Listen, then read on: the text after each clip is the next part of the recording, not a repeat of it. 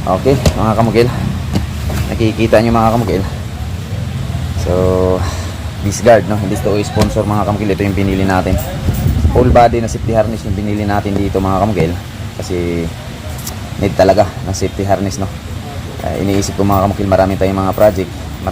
May mga ganito naman ako dati mga kamukil. Kaso lang yung mga kasama ko hindi maingat sa gamit. So ngayon, yung plano ko dito, pababayaran ko to sa kanila ng unti-unti. So pag mabuo nila sa pagbayad to, sa kanila na to, para sila na yung nito, sila na yung mag care, no, mga kamukil, o baga mag-iingat dahil gamit na nila to. Kasi kung sa akin lang lagi mga kamukil, walang pag-iingat kasi hindi naman sila nung bumibili. Kaya ganun siguro yung mindset nila mga kamukil, no? So ito, may kamahalan to dahil full body to, pero napakaling halaga nito. So, mas mura pa to, mas pinakamura na to mga kamukil para sa akin kaysa madisgrasya yung tauhan natin to sa trabaho, di ba? Ang lalaki ng babayaran sa ospital pag sakaling disgrasya. So nito nang bumili talaga ng ganito mga kamukil. Bali dalawang ganito yung kailangan ko or 4, kaso lang isa lang yung stocks nila dito. So maghahanap pa tayo nito. Okay, so update tayo mamaya mga kamukil sa Davao. Okay lang, ma'am. Right mga kamukil na. So yung presyo nito nasa 1,000 plus, no? Malapit 2,000. So maliit na nga yung 2,000 na yan kaysa madisgrasya, kaya nasabi ko na. O bali, kailangan natin ng 3 nito. So mga tingki, dapat meron tayong tingki. O kung may 4 ka na trusses installer, rope installer, dapat maglaan ka ng mga tingki para sa ganito. Okay, so mamaya mga kamukil, gagamitin kaagad natin to sa project kasi tayo ngayon, nasa pinaka-critical na area yung trabaho natin. Okay. Thank you, mama. Aray. Yun, no, mga kamukil. Yan, magandang hapon. Makulimlim na naman ang hapon mga kamukil dito sa Davao, no. Malamang sa Tagum umuulan na. Bali sa Tagum mga kamukil, hindi ako nakapunta ngayon kasi unang-una na reason, yung motor ko sira na hindi ko pa napaayos. Lahat ng mga ilaw niya hindi sumindi, ayaw umilaw. Tapos yung starter biglang nawala. Kaya wala tayong pera pang paayos. So Davao muna tayo. Bukas mga kamukil, papaayos natin yun. Update tayo mga kamukil dito sa Davao project, no? So dito sa trusses trabaho namin mga kamukil, pagdating sa bubong, roof beam, nung in-upload ko to, sari-saring komento yung natanggap natin o nabasa natin, no? So ngayon, gaya na sabi ko, mahirap kasi mahirap pagsalita na wala pang makikita, wala pang nagawa. Kakaumpisa pa lang namin mga kamukil, kakaumpisa pa lang sa pag-upload. O sari-sari ng komento. So ngayon, malamang marami na naman komento nito. Nasa sa inyo na yan, no? Kung ano yung comment nyo. Basta ito, diskarte ng tropang mungkil to. Diniskarte lang namin mga kamukil. Ganyan yung mga utak Pilipino mga kamukil, no? Puno sa diskarte. Yung Pilipinong walang mahina sa diskarte, kailangan nilang matuto o manood sa YouTube Academy upang makakuha ng sari-saring diskarte mga kamukil, no? Pagdating sa pagpagawa ng bahay o usapang konstruksyon. Okay?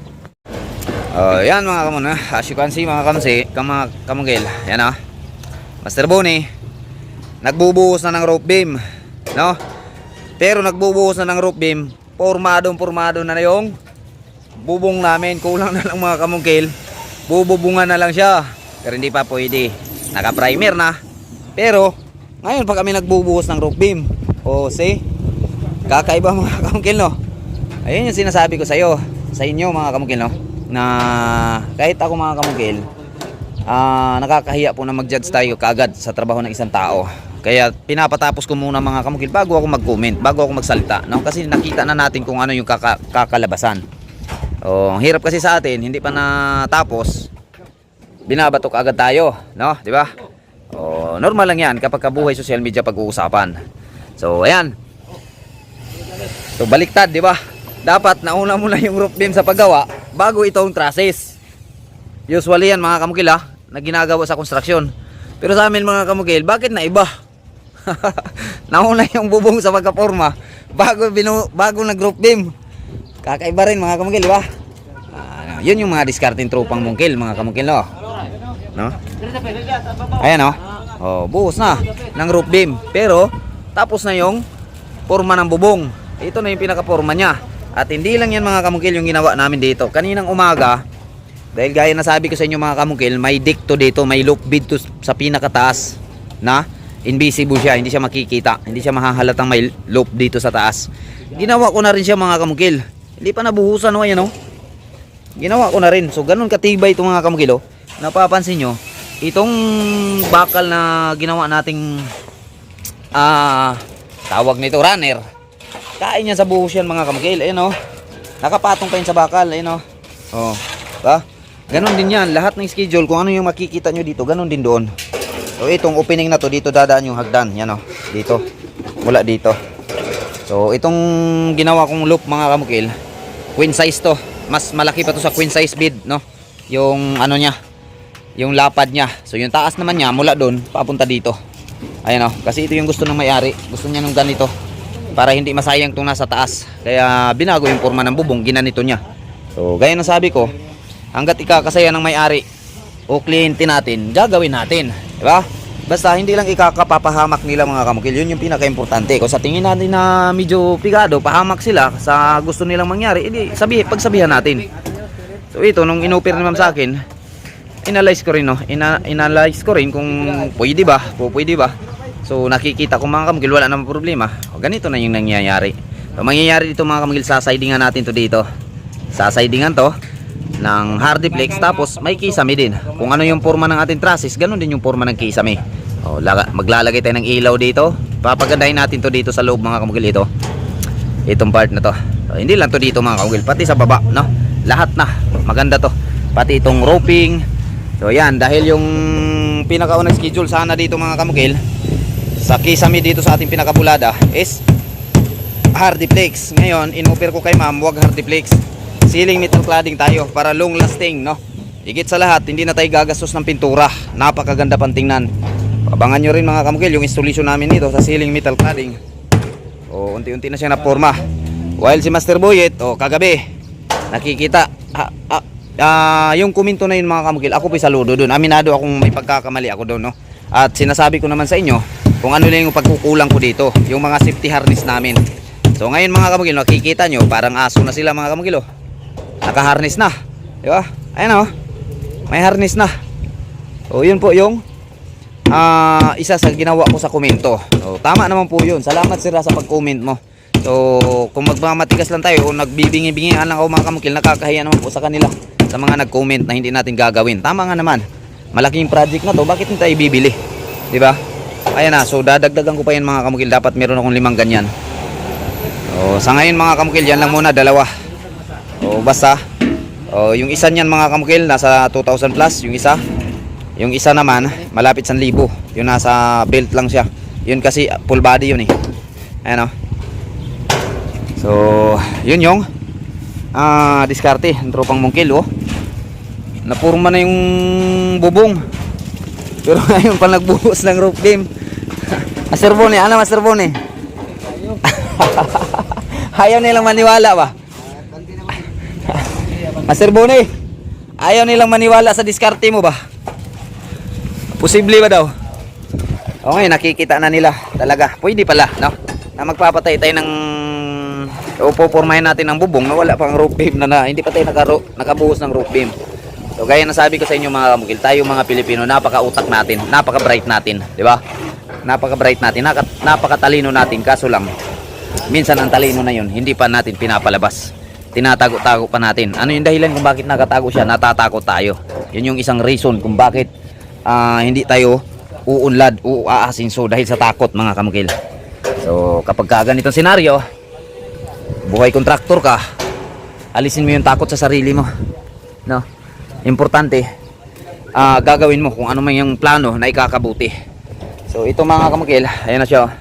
So patuloy na yung pagbuhos na Master Bone. Mamaya sisilipin natin sa labas mga kamukil, kasi sila Master Boy, ayun napapansin nyo, naglalagay sila ng fascia board. So pinapalagyan ko ng fascia board mga kamukil kasi gusto ko magkakaroon ng design itong gutter natin, gutter between fascia board.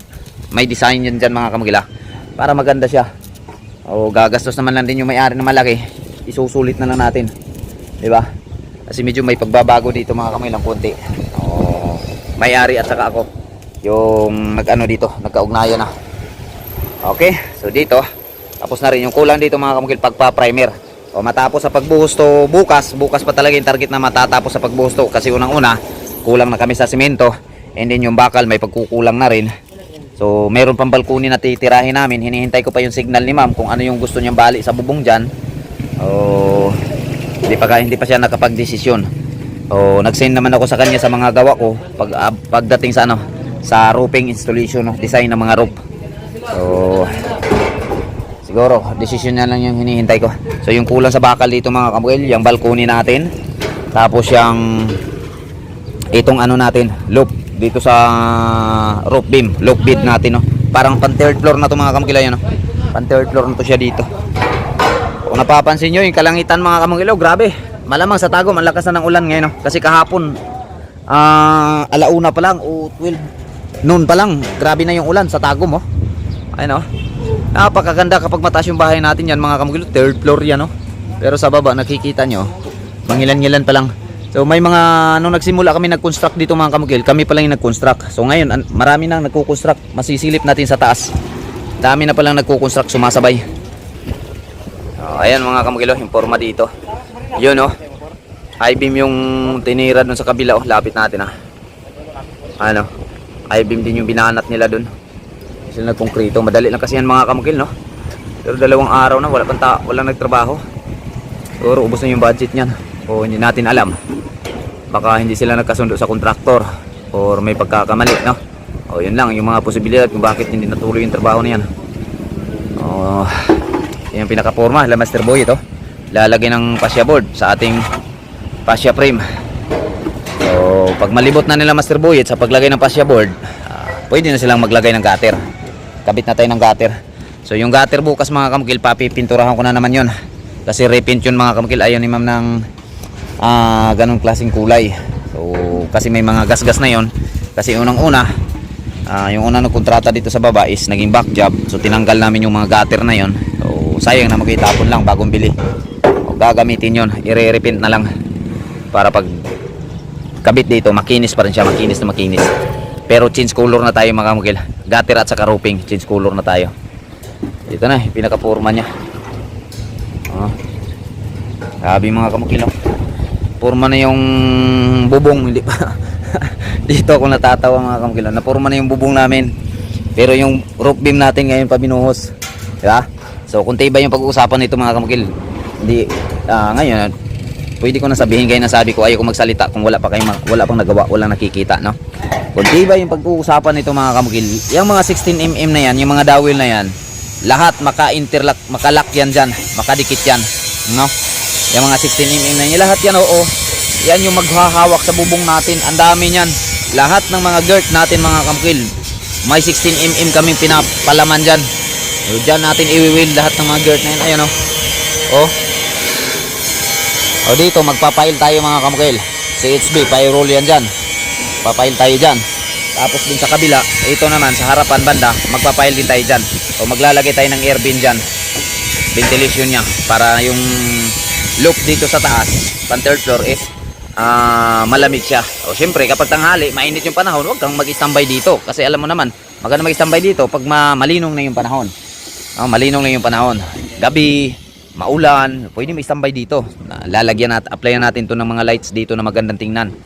Itong loop na to. Okay.